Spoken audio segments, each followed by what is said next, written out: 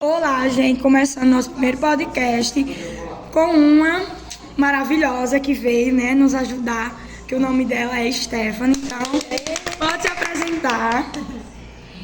Oi, gente, como é que vocês estão? Como ela já falou, né? Meu nome é Stephanie, eu sou enfermeira, né? Já tô nesse ramo aí há quase 9, 10 anos, mas eu não sou tão velha. Eu sou enfermeira licenciada e bacharelada pela UERN, tenho mestrado em Saúde e Sociedade, sou especialista em ginecologia e obstetrícia, auditoria de serviços de saúde e também tenho residência em saúde da família e comunidade. Já atuei na maternidade, na Comadre aqui de Apodi, já atuei em algumas unidades rurais e também unidades da cidade, inclusive no centro de saúde, onde eu estava até fevereiro, março. E aí, depois fui para a Secretaria de Saúde e hoje estou como coordenadora de algumas pastas, inclusive a pasta de IST/AIDS, que é onde a gente vai conversar mais hoje, né? Arrasou. Aí aqui, ó, nós temos as perguntas. Então a gente passou nas salas, os nossos colegas botaram algumas perguntas para a gente fazer sobre o assunto, que é sobre IST.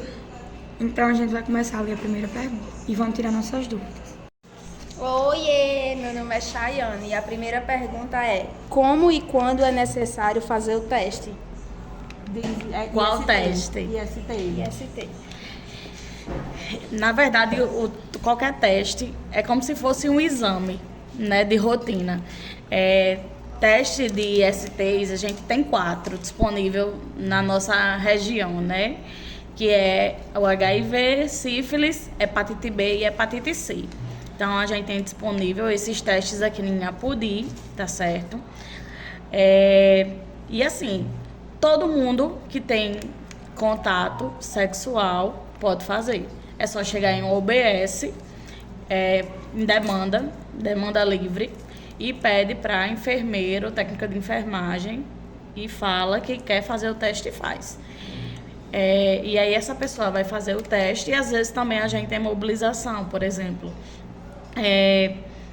Tá ocorrendo um festival em algum lugar, ou então na escola, a escola solicitou que a gente levasse testes rápidos, então a gente pode fazer esse trabalho de trazer teste rápido para a população, né, que já tem esse contato. Principalmente para o pessoal do ensino médio, né, que é quem já está começando ali a conhecer a vida sexual, ou até mesmo antes disso, dependendo de cada pessoa. Então, não tem uma idade certa, depende muito do início das relações sexuais e qualquer pessoa pode fazer. É um exame simples, só é uma picadinha no dedo e aí a partir da picadinha é feito todos os exames, tá certo? E de 5 até 20 minutos a gente já tem um resultado. A segunda pergunta: só precisamos ir para o ginecologista quando temos a nossa primeira relação? Não. Na verdade, a ginecologista é muito importante em todo o processo de hormônio também, porque além da endocrinologista, né, tem muita mulher, tem muita menina que atualmente é o que mais acontece, né? Quando a gente vai crescendo, a gente vai entrando naquele período de crescer os seios, os pelos e tudo mais. E aí, ultimamente, está cada vez mais frequente que essas meninas, elas estão evoluindo mais rápido. Então, além de ir para a endócrina, é importante que elas vá também para a ginecologista para fazer alguns exames específicos, conversar sobre a questão de policistos também. Então também tem a questão da menstruação. Por exemplo, às vezes a menstruação está irregular ou chega bem antes. Tem menina com 8, 9 anos que já menstrua, então tem que ir para ginecologista, tá certo? Mesmo antes de ter relação, tem que ir sim, para estar avaliando, para solicitar ultrapélvica, por exemplo, porque já não pode fazer transvaginal, já que não tem relação, nem o preventivo, porque se não tiver relação não tem como fazer esses exames. Outra, né? Precisamos usar camisinha quando estiver no ciclo menstrual. Sim, porque por mais que tenha sangue ali, tem também a ovulação, né? Então, se tem a ovulação e tem o espermatozoide, eles se unem e pode ter um menino. E pior do que isso, não é só a questão, a gente não se previne só para evitar filho, né? A gente previne também para evitar doenças, que é o pior, né? Até doenças que não tem cura, como é a questão do HIV, da AIDS, né? Propriamente dita. Então, a gente tem que usar a camisinha. Não que eu não possa ter relação no período menstrual, eu posso, mas eu preciso usar a camisinha também nesse período. É normal menstruar 2 vezes ao mês? É normal não é. Mas quando a mulher quando a menina começa a menstruar, é um pouco corriqueiro. Por quê? Porque a mulher está se acostumando. Isso acontece tanto no início da menstruação, quanto que é, né, no puerpério, no início, que é na menarca, é na menarca, ou no final da menstruação, que é na menopausa. Então, pode acontecer que ela menstrue 2 vezes ou mais, ou então passe muitos dias menstruadas, com fluxo muito alto, e aí procura a ginecologista para fazer um exame específico para saber se essa menina tem alguma doencinha. Pode ser, inclusive, a questão de policisto, né? A questão de outras alterações no óvulo, a questão do útero também. Então, tem que ver essas questões através de exame. A próxima pergunta é possível engravidar mesmo sem o parceiro ejacular na vagina? Essa pergunta... Assim, antes, quem tem relação sabe que antes de tudo, até mesmo na preliminar, o homem ele começa a sair um líquidozinho que não é propriamente dito a ejaculação, mas é um líquidozinho que sai, e aquele líquidozinho pode sim ter algum esperma, e pode ocorrer sim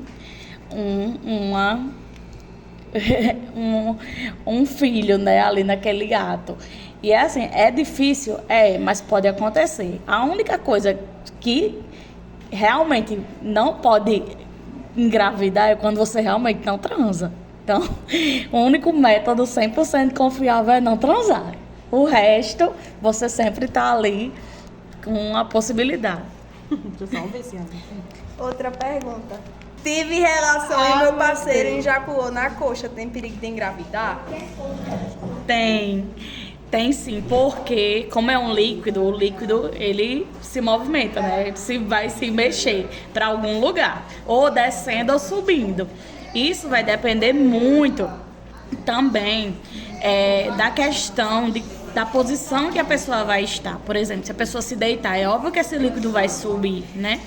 E aí vai estar mais fácil de entrar na vagina e engravidar. Assim também como é a questão do banho. Quando a pessoa vai tomar um banho e a gente faz a questão do movimento de atrito, né? Para poder se limpar. Então, a gente também pode contaminar. Porque a gente leva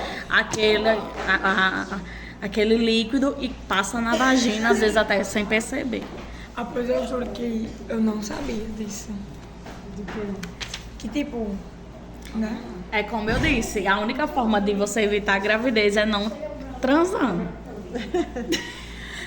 As IST. Não, já fiz essa pergunta, mas eu falei não, né? As IST vão embora sozinhas? Depende. Tem algumas que elas vêm com tudo, tem algumas que aparecem e você não sente. A mulher geralmente é mais susceptível, porque a gente sabe, tudo que é interno é mais fácil. Mulher, além de ser interno, tudo interno, né? Ela tem mais questão de capilares, de de locais onde absorve mais essa questão e altera o pH. Então, facilita a questão das doenças em mulheres, dos sintomas. Já em homens é mais difícil, mas quando eles sentem, o negócio também é sério. Tem algumas ISTs, como gonorreia, clamídia, enfim, que causa ferimentos, corrimentos. Geralmente já a candidíase, por exemplo, que não é bem um IST, porque muita gente pode ter e não necessariamente através do sexo. O homem, ele raramente vai sentir, tá certo? Diferente de outras doenças. Corre o perigo de a gente pegar IST com o sexo oral? Sim. Não necessariamente, depende muito da IST. Por exemplo, herpes. Herpes é uma coisa que quase todo mundo tem, mas nem todo mundo desenvolve ao longo da vida. Tanto é que até a questão de beber no copo da pessoa é interessante, que a gente anda com o nosso copo, com nossa garrafinha, para a gente não pegar, tá certo? A questão da herpes. A questão de você pegar outras doenças, como por exemplo a AIDS, a sífilis, a hepatite, também pode pegar se você tiver, por exemplo, um ferimentozinho na boca, um cortezinho na língua. Então você está entrando em contato direto com aquela pessoa que tem.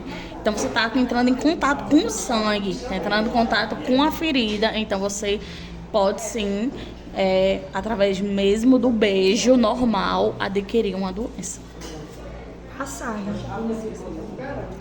E com relação ao sexo anal também é bem interessante. A gente tem um preconceito muito grande com pessoas, com homens homossexuais, tá certo? E tanto é que a maioria das pessoas que são homossexuais, elas têm... A maioria das pessoas não, a maioria das pessoas que têm HIV são homossexuais. No entanto, essa realidade vem mudando muito. Por quê? Porque, infelizmente, cada vez mais a população masculina ela vem buscando na mulher também o sexo anal. Então a mulher ela procura fazer o sexo anal para dar prazer ao homem, e como tem essa questão do sexo anal é mais complicado. Por quê? Porque a vagina ela é mais elástica. Então quando ocorre a penetração, ela penetra de forma mais escorregadia. E no ânus não. Geralmente você precisa de um olhinho, alguma coisa assim, porque às vezes você não aguenta. Ou então a própria lubrificação da mulher e do homem, né? E aí mais ocorre maior chance de dilatar algum vaso, e aí na penetração você ocorreu uma fissura, né? Ocorreu um rasgamento. Tem a questão de ter um sangue ali, e nesse sangue você pegar uma doença, tá certo? Que é mais fácil. Como posso me proteger do IST?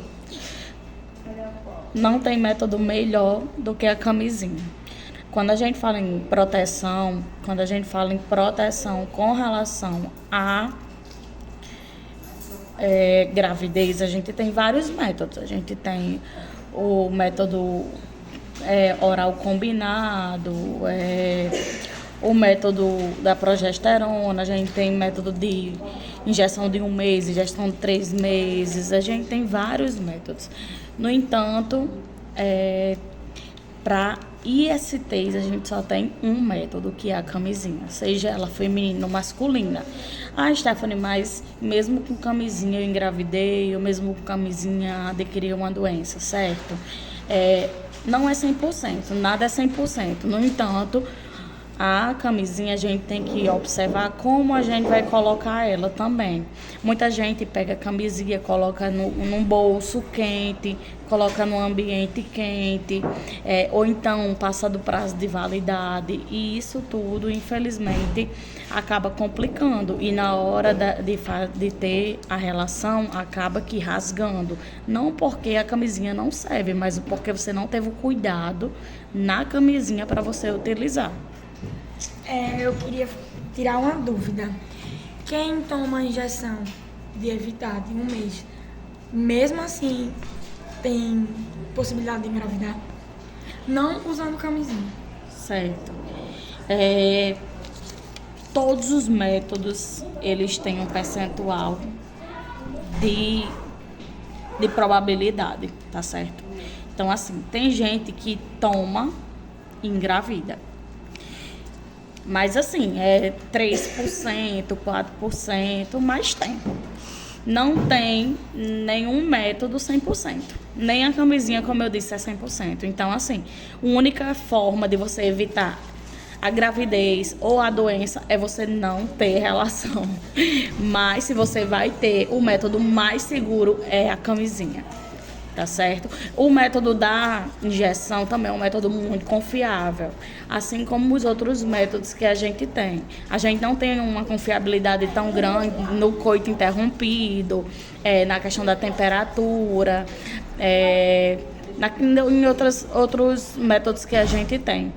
Na tabelinha, que tem gente que faz tabelinha para saber quando é que vai ovular, mas com relação à camisinha, é o método mais seguro para os dois. E para a questão da gravidez, todos eles são muito bons, principalmente as injeções, os comprimidos e a camisinha. Tá bom, então, gente, essa foi a pergunta, né? Espero que você tenha gostado de ter vindo me participar. E muito obrigada, gente. Fico muito grata. E é isso. Esse foi o nosso primeiro podcast.